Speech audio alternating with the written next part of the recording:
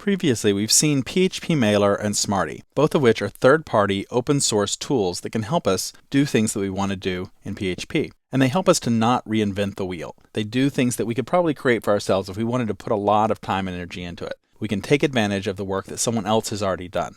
We can think of them as being libraries of code that we can call upon. Well, there are some PHP community-supported libraries as well, where we can also find lots of other great extensions and resources. The first of these is Pair.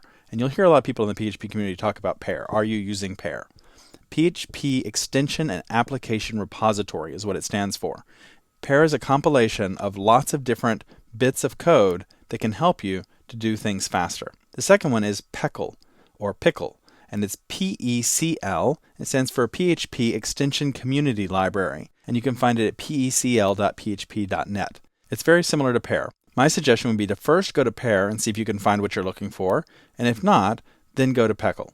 The kinds of code that you'll find in there include database connectivity, encryption, caching, benchmarking, internationalization. Lots of those kinds of common tasks that developers are faced with writing, they provide for you by just installing these extensions. Now, in addition to libraries, I also want to talk to you about frameworks.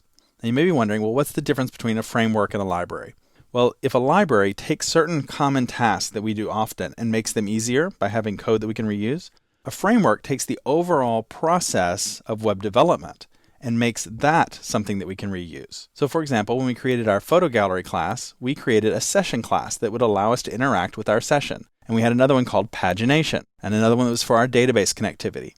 Well, frameworks typically handle all of that for you and more. They also usually have predefined places where you put your code. So you put your models in one place, your controllers in another, and your templates or views in a third place. Now all of them vary in the way that they handle that, so you'll want to evaluate each framework for its strengths and weaknesses. These are what I would consider the top 6 frameworks to take a look at. I've got them in alphabetical order. Now I haven't personally used all of these, so don't take it as any kind of a recommendation, but it is a resource for you to go check out because I think these are the ones that get mentioned most often by other people. Now, a framework is essentially what we were beginning to create ourselves, right, with our photo gallery application. And so you'll have to ask yourself each time, well, is it better to just go ahead and build it myself and reuse parts from old projects I've done, bring in bits from the Pair library? Should I do that instead of using one of these frameworks?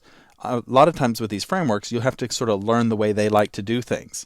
And there can be a learning curve associated with that. So sometimes that's not the best solution for you. Sometimes you're better if you can just sort of write it yourself really fast and easy. But the one thing that you should definitely make sure is true is that any framework you choose should do things better than what we've been able to do here. Because I think we've started down the path to building a pretty nice framework. So you certainly have those capabilities. You have the ability to write your own without using these. So just make sure that anything you choose is going to be better than what you could have done on your own.